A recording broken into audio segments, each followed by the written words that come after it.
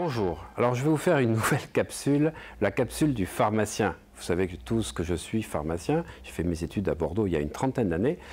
Je suis un spécialiste de la phytothérapie, de l'homéopathie, et ce que j'aime surtout, c'est les huiles essentielles, la gémothérapie, dont je parlerai dans certaines capsules.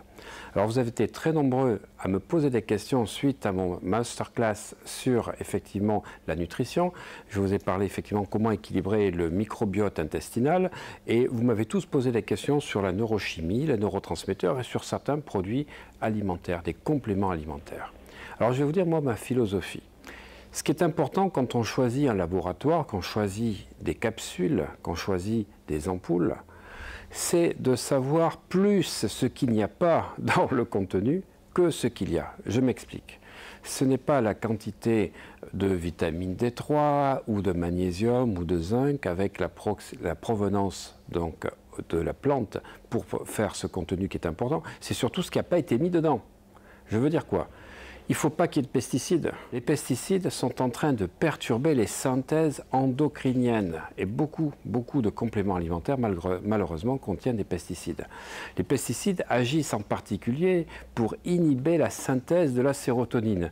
On est tous carencés en sérotonine, on va chercher du tryptophane, on a des carences des fois en vitamine B3 qui font qu'on ne permet pas la bonne synthèse donc, du tryptophane en sérotonine, mais vous avez des pesticides. Donc je vais vous dire, eh bien, les composés alimentaires vont être complètement perturbés. Deuxième chose, il ne faut pas de lactose. Il ne faut surtout pas du gluten. Quatrième point, éviter les compléments alimentaires qui contiennent des nanoparticules. Et oui, tant qu'à faire. La cinquième chose, c'est la maltodextrine. La maltodextrine, vous la retrouvez dans beaucoup de compléments alimentaires.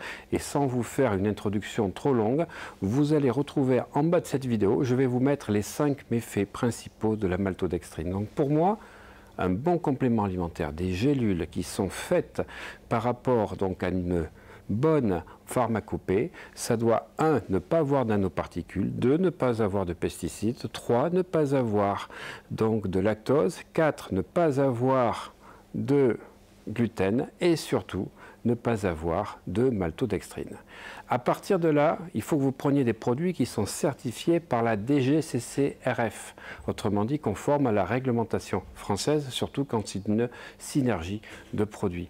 Et puis surtout qu'il y a une qualité pharmaceutique. Alors si vous voulez en savoir plus, vous cliquez à la fin de la vidéo, vous atteignez donc l'onglet de mon site oliviermalerio.com sur lequel je vous ai sélectionné les meilleurs produits avec tout ce que je viens de vous dire, ces spécificités qui vont vous permettre d'avoir de bonnes choses à l'intérieur de la gélule, mais surtout de ne pas avoir de mauvaises choses à l'intérieur. Parce que pour moi, en tant que pharmacien, c'est plus important ce qu'il n'y a pas dans une capsule que ce qu'il y a.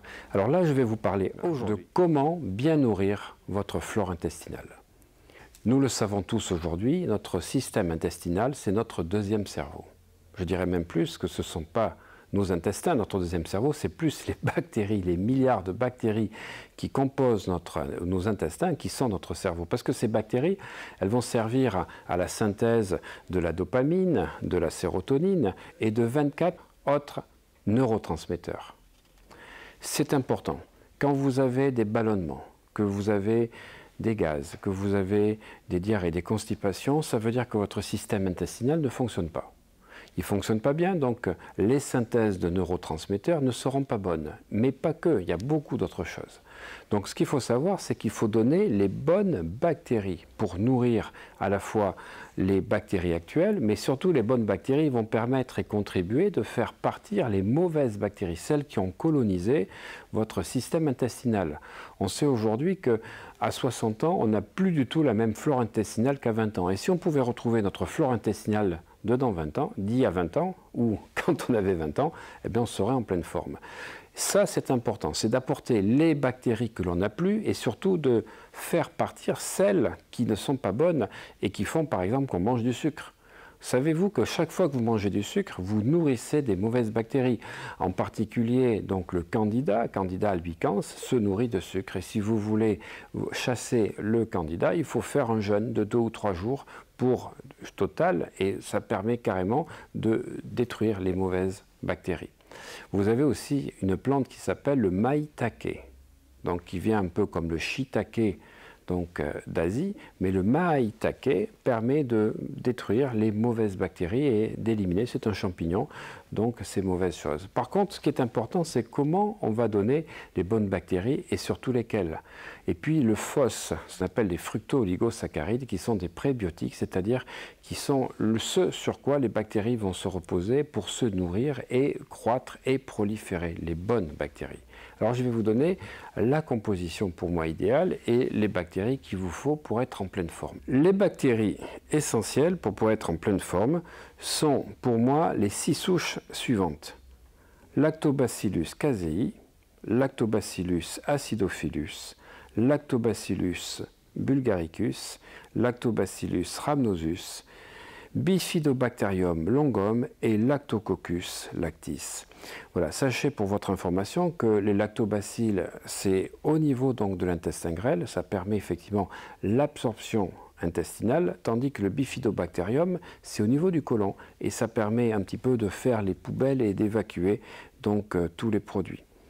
Alors, les bactéries dont je viens de vous parler, puisque l'intestin contient entre 15 000 et 36 000 espèces de bactéries en totalité, vont permettre d'agir sur l'immunité, de faire une véritable barrière, un véritable filtre, et puis surtout de lutter contre le stress, la fatigue, et de permettre d'avoir véritablement, je vous le disais, une excellente neurochimie grâce à vos bactéries. Pour en savoir plus, cliquez ici, vous accédez donc à mon onglet sur les compléments alimentaires et surtout vous pouvez accéder dessous donc à une masterclass gratuite, une masterclass que je vais vous faire pour vous expliquer les vitamines, les acides gras, les macros donc éléments, c'est-à-dire protéines, lipides, glucides, et puis comment bien nourrir votre microbiote. À bientôt les amis.